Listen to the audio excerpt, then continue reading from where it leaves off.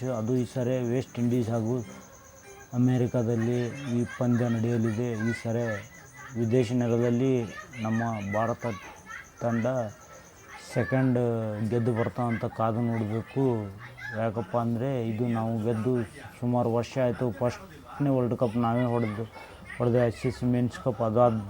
ಅದಾದಮೇಲೆ ಇನ್ನೂ ಯಾರೂ ಆ ಕಪ್ ಹೊಡೆಯೋಕ್ಕೆ ಆಗೇ ಇಲ್ಲ. ಯಾಕಪ್ಪ ಅಂದರೆ ಮಹೇಂದ್ರ ಸಿಂಗ್ ಧೋನಿ ಇರುವಾಗ ಅವರ ಕ್ಯಾಪ್ಟನ್ಸಿ ನೇತೃತ್ವದಲ್ಲಿ ಮೊದಲನೇ ಕಪ್ ICC ಮೆನ್ಸ್ ಕಪ್ ಏನು ನಾವು ಹೊಡೆದಿಲ್ಲ. ನಮ್ಮ ಇಂಡಿಯನ್ ಟೀಮು ಮುಂದೆ ಮತ್ತೆ ಹೊಡೆಯೋದಕ್ಕೆ ಸಾಧ್ಯನೇ ಆಗಲಿಲ್ಲ. ಹಾಗಾಗಿ ಇನ್ನು ಎರಡನೇ T20 ವರ್ಲ್ಡ್ ಕಪ್ ಹೊಡಿತಾರಂತ ಕಾದು ನೋಡಬೇಕು.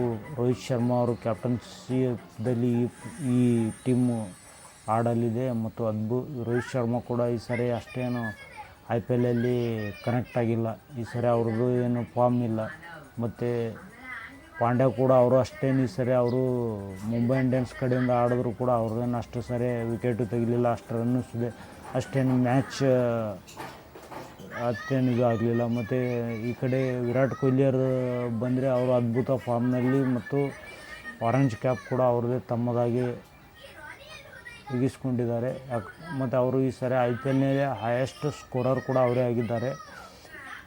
ಹಾಗಾಗಿ ಸ್ನೇಹಿತರೆ, ಈ ವಿಡಿಯೋ ಏನಾದರೂ ಇಷ್ಟ ಆದರೆ ನಿಮಗೆ ಲೈಕ್ ಮಾಡಿರಿ, ಶೇರ್ ಮಾಡಿರಿ, ಸಬ್ಸ್ಕ್ರೈಬ್ ಮಾಡಿರಿ ಅಂತ ಹೇಳ್ತಾ ನಮಸ್ಕಾರ.